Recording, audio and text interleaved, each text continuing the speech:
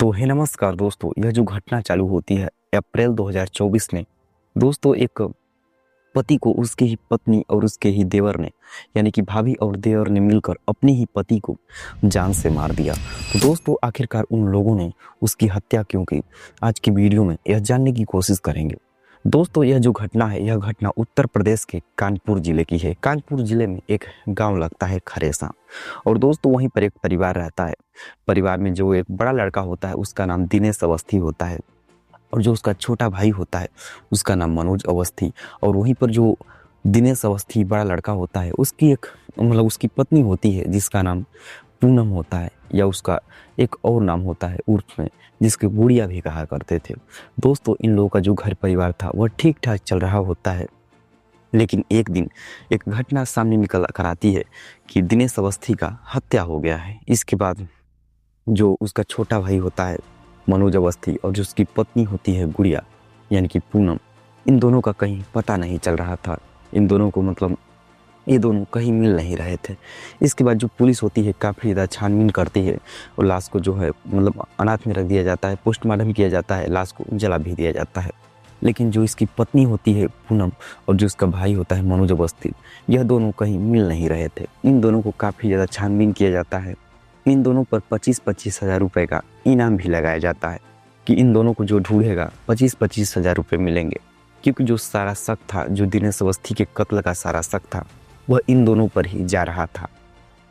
इसके बाद जो पूनम होती है अपने एक रिश्तेदार को कहीं से फ़ोन करती है, और रिश्तेदार को भी पता ही था कि नहीं 25,000 का इन लोगों पर इनाम लगा हुआ है। इसके बाद रिश्तेदार जो होता है वो फ़ौरन ही पुलिस को सारी बात बता देता है। जब पुलिस कॉल ट्रेस करती है, लोकेशन निकालती है, तो लोकेशन जो है बागेश्वर धाम का निकल कर आता है, यानी कि ये दोनों बागेश्वर धाम में जाकर छुपे हुए थे।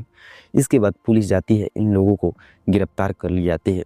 और जब इन दोनों को गिरफ्तार किया जाता है काफ़ी ज़्यादा सख्ती से, यानी कि पुलिस की जब मार पड़ती है तो कहते हैं कि भूत भी बोलने लगते हैं। इसके बाद जब पुलिस इन दोनों पर दबाव डालती है और इन लोगों से पूछती है कि आखिर तुम लोगों ने उसकी हत्या क्यों की, जो दिनेश अवस्थी का भाई होता है मनोज अवस्थी छोटा भाई, वह बोलता है कि इसमें भाभी की पूनम की कोई गलती नहीं है, उनका हत्या मैंने ही किया है। ऐसे तो कोई कबूलेगा नहीं। काफ़ी ज़्यादा जब मारपीट पड़ती है तो वह सच कबूल देता है, और जो पूनम होती है वह भी सच बोल देती है।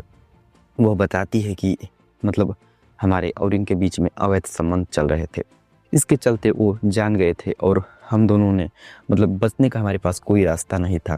इसके बाद हम दोनों ने उन्हें रास्ते से हटा दिया।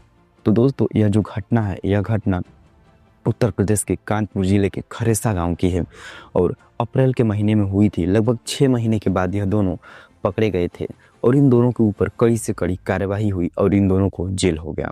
तो दोस्तों, जो इस तरह की ये घटनाएं हैं, इस तरह की घटनाओं को बताने का उद्देश्य ना ही आपका दिल दुखाना है, न ही आप लोगों को परेशान करना है, बल्कि आप लोगों को सजग और सचेत करना है कि आप जहाँ भी रहें, जैसे भी रहें, बच के रहें। क्योंकि हमारे समाज में तमाम प्रकार की ऐसी घटनाएं हो रही हैं जिसको सुनने के बाद आपकी आप विश्वास नहीं कर पाएंगे कि हमारे समाज में ऐसी क्या घटनाएं हो सकती हैं। तो चलिए वीडियो को यहीं अंत करते हैं, और ऐसी अगर आप वीडियो देखना चाहते हैं तो हमारे चैनल को सब्सक्राइब कर लीजिए। धन्यवाद।